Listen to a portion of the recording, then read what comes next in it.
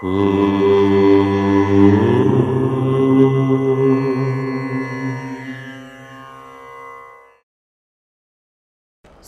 గణేశ శారదా దత్తాత్రేయ సద్గురు పరబ్రహ్మణే నమః.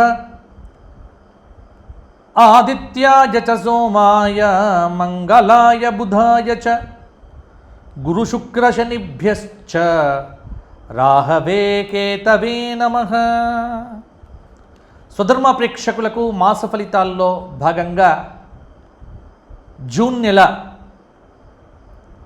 మేషరాశి వారికి ఎలా ఉండబోతోంది? జూన్ నెల అంటే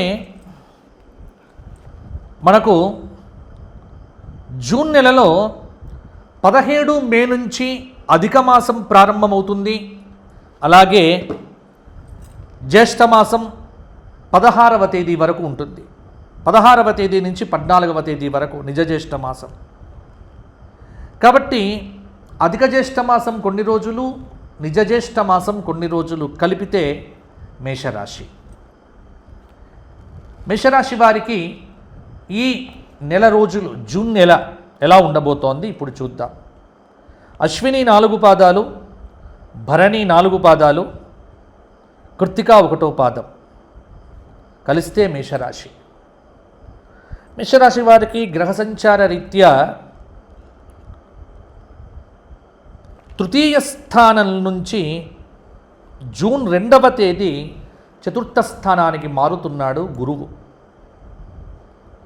కాబట్టి 4థ స్థానం కూడా పెద్ద లాభమేం కాదు.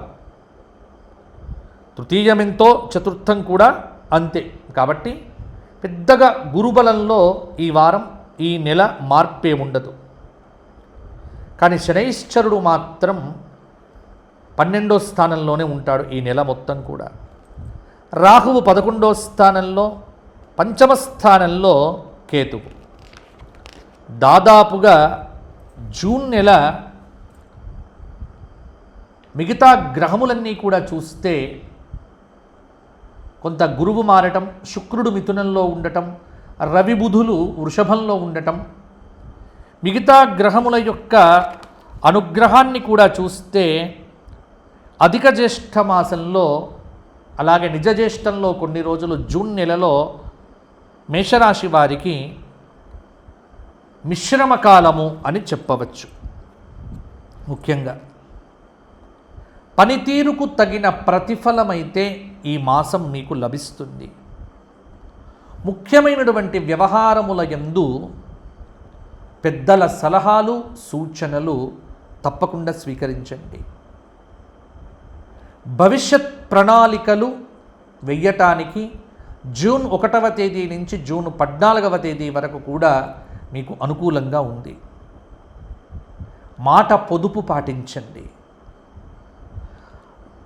మీకు తెలియకుండానే జూన్ నెల 2 వారాలు మొదటి 15 రోజులు అనవసరమైనటువంటి ధన వ్యయ సూచనలు కనిపిస్తూ ఉన్నాయి.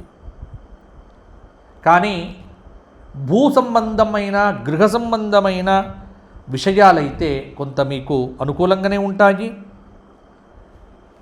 డబ్బు విషయం దగ్గరికి వచ్చేసరికి గత మాసము మే కంటే కూడా జూన్ నెల మేషరాశి వారికి కొంత అనుకూలంగానే ఉంది. సోదరులతో మైత్రి ప్రయత్నం ఫలిస్తుంది. కోర్టు వ్యవహారముల యందు పెద్దగా జోక్యం అనేటువంటిది కూడా చేసుకోవద్దు.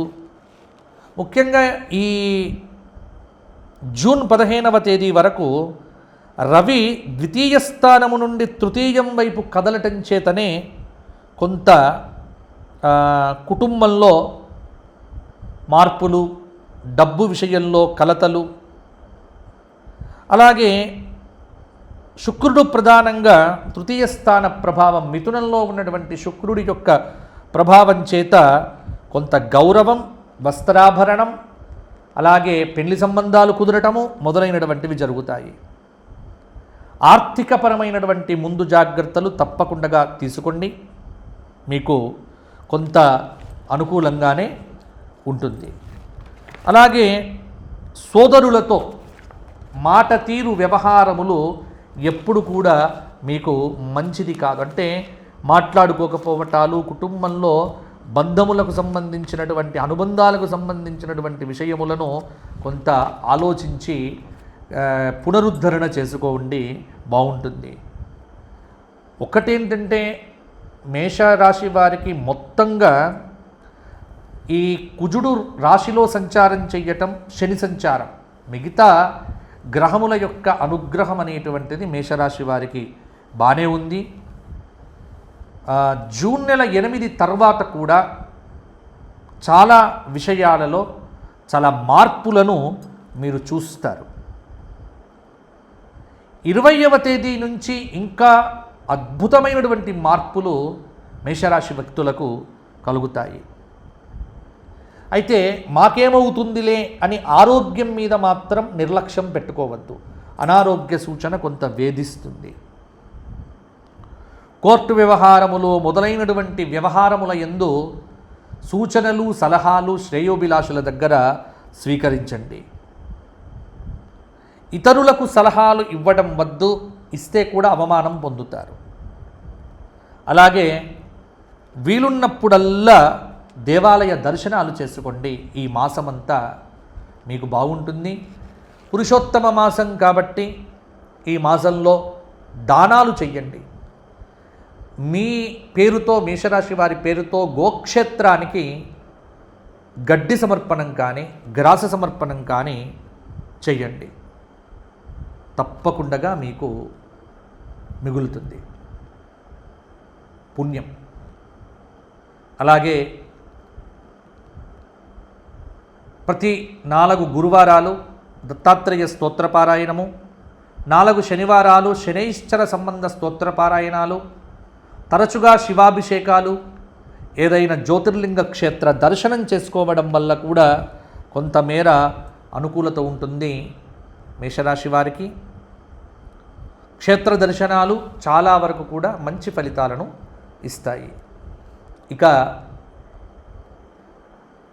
మేషరాశి వారు ఎవరైతే వ్యక్తిగత జాతకం చెప్పించుకోవాలి అనుకుంటారో వారు కింద కనిపిస్తున్న నెంబర్కు ఫోన్ చేయండి. వ్యక్తిగత జాతక విశ్లేషణ మీకు చేయడం జరుగుతుంది.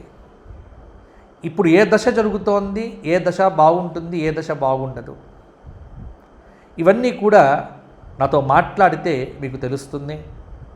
అపాయింట్మెంట్ తీసుకొని మీరు జాతకంలో ఏమైనా సందేహాలుంటే సంప్రదించవచ్చు. కింద కనిపిస్తున్న నెంబర్కు ఫోన్ చేయండి. ఛానల్ను సబ్స్క్రైబ్ చేయండి. మేషరాశి వారికి ఈ మాసమంతా శుభంగా, క్షేమంగా, ఆనందంగా ఉండాలి అని మా ధర్మపురి లక్ష్మీనరసింహస్వామి వారి యొక్క ఆశీస్సులను ఇస్తూ మరల వచ్చే మాసం కలుసుకుందాము. అంతవరకు సెలవు. జై శ్రీరామ్, జై శ్రీరామ్, జై శ్రీరామ్.